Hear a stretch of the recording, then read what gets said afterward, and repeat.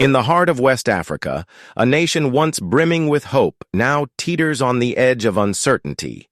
Guinea, a country rich in bauxite reserves and cultural heritage, has become the latest battleground in Africa's struggle for democracy.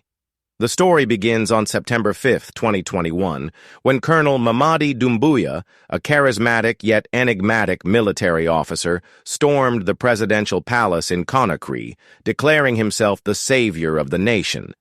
His coup, broadcast live on state television, was framed as a necessary intervention to rescue Guinea from corruption and chaos. Flanked by soldiers in fatigues, Dumbuya vowed to restore stability, promising a swift transition to civilian rule within 2 years. The population, weary of decades of mismanagement under civilian governments, initially greeted his takeover with cautious optimism. Billboards sprang up across the capital, adorned with slogans like "A New Dawn for Guinea" and "Unity Work Justice." For a fleeting moment, it seemed the military might deliver what politicians had failed to achieve: a fresh start. But as the months turned into years, the facade began to crumble. The African Union suspended Guinea's membership, and regional bloc ECOWAS imposed sanctions, demanding a return to constitutional order. Dumbuya, however, dug in. By 2023, the promised elections had vanished from the political calendar. Opposition leaders were arrested under vague charges of undermining state security, and independent media outlets were shuttered. The junta drafted a new constitution, extending presidential term limits and centralizing power under Dumbuya's command. What began as a transition had morphed into a dictatorship, with the military entrenching itself in every facet of governance. The streets of Conakry, once quieted by promises of reform, erupted in protest.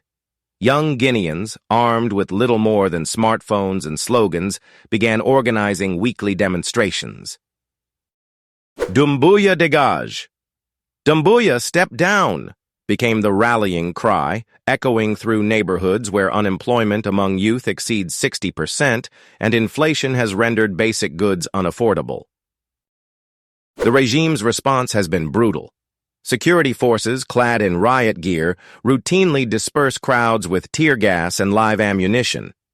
Human Rights Watch reports over 50 protesters killed since 2022, with hundreds more detained in overcrowded prisons. Yet, the movement only grows louder. Aissatou Diallo, a 28-year-old teacher and protest organizer, recounts her disillusionment. "He promised us democracy but gave us chains. We're not fighting just for ourselves, we're fighting for our children's future." Her words reflect a generation's fury. Social media has become their weapon of choice. Hashtags like Free Guinea and Dumbuya Must Go trend globally, circumventing state censorship. Activists live stream protests on TikTok, documenting police brutality in real time. But the regime fights back, shutting down internet access for days during uprisings, plunging the nation into digital darkness. Before we delve deeper into Guinea's crisis, we want to pause and acknowledge the incredible community that makes this channel possible. To our subscribers and members, your support isn't just a click, it's a lifeline. Every super thanks, every share, every comment fuels our ability to cover stories like Guinea's fight for democracy. When you hit that join button or send a super chat, you're directly funding interviews with activists on the ground, fact-checking in conflict zones, and amplifying voices the world tries to silence. We're inches away from 100,000 subscribers, a milestone that would magnify our impact exponentially. If you're watching this and haven't subscribed yet, tap that red button and ring the bell. Share this video with friends who care about justice. Together, we're not just viewers, we're a movement. Returning to Guinea's turmoil, the economic collapse under Dumbuya's regime has been catastrophic. The Guinean franc has lost 40% of its value, and inflation hovers around 12%. In a country where 55% live below the poverty line, even rice, a dietary staple, has become a luxury. Farmers in the Fouta Djallon highlands describe harvests ruined by erratic weather, while foreign mining companies extract billions in bauxite, leaving communities with poisoned water and barren land. "They take our resources and give us nothing," says Mamadou Ba, a village elder. "We're rich land, poor people." This exploitation isn't new. Guinea's post-colonial history is a litany of missed opportunities. After gaining independence from France in 1958, revolutionary leader Ahmed Sékou Touré vowed to reject neo-colonialism. But his 26-year rule descended into paranoia, with thousands executed or imprisoned. Subsequent civilian governments, riddled with graft, squandered the nation's potential. Dumbuya's coup, then, was a desperate gamble, one that has backfired spectacularly. The international community's response has been tepid. Western nations, reliant on Guinea's bauxite for aluminum production, prioritize mineral deals over human rights. Meanwhile, regional bodies like ECOWAS struggle to enforce sanctions as military regimes across West Africa form alliances. Guinea's crisis is part of a sinister pattern. Since 2020, the Coup belt, Mali, Burkina Faso, Niger, Gabon, has seen democratically elected leaders toppled by soldiers citing identical justifications: corruption, insecurity, and civilian incompetence. Yet these juntas often replicate the same abuses. In Mali, for instance, the junta hired Russian mercenaries to fight jihadists, only to see civilian casualties soar.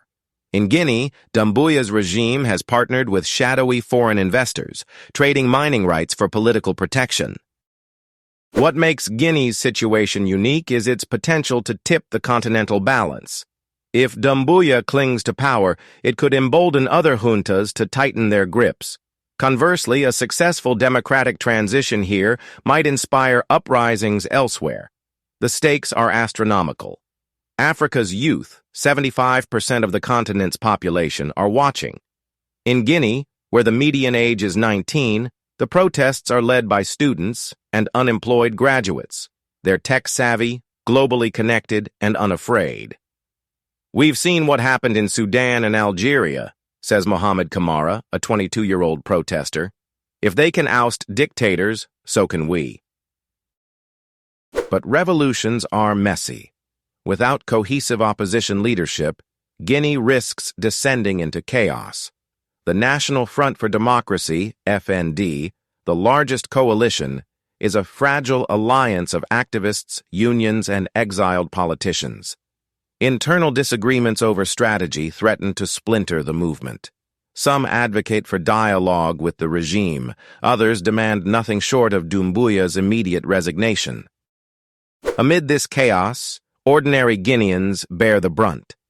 In Conakry's slums, families ration meals. Hospitals, starved of funding, lack basic medicines. A nurse, who asked to remain anonymous, describes treating gunshot victims with expired antibiotics. "We're not just fighting the regime, we're fighting despair." Yet resilience persists. Underground networks smuggle medical supplies to protesters. Artists paint murals of resistance on bullet-riddled walls. Women's groups organize secret meetings, strategizing over pots of jollof rice. "They think they can break us," says activist Mariama Suma.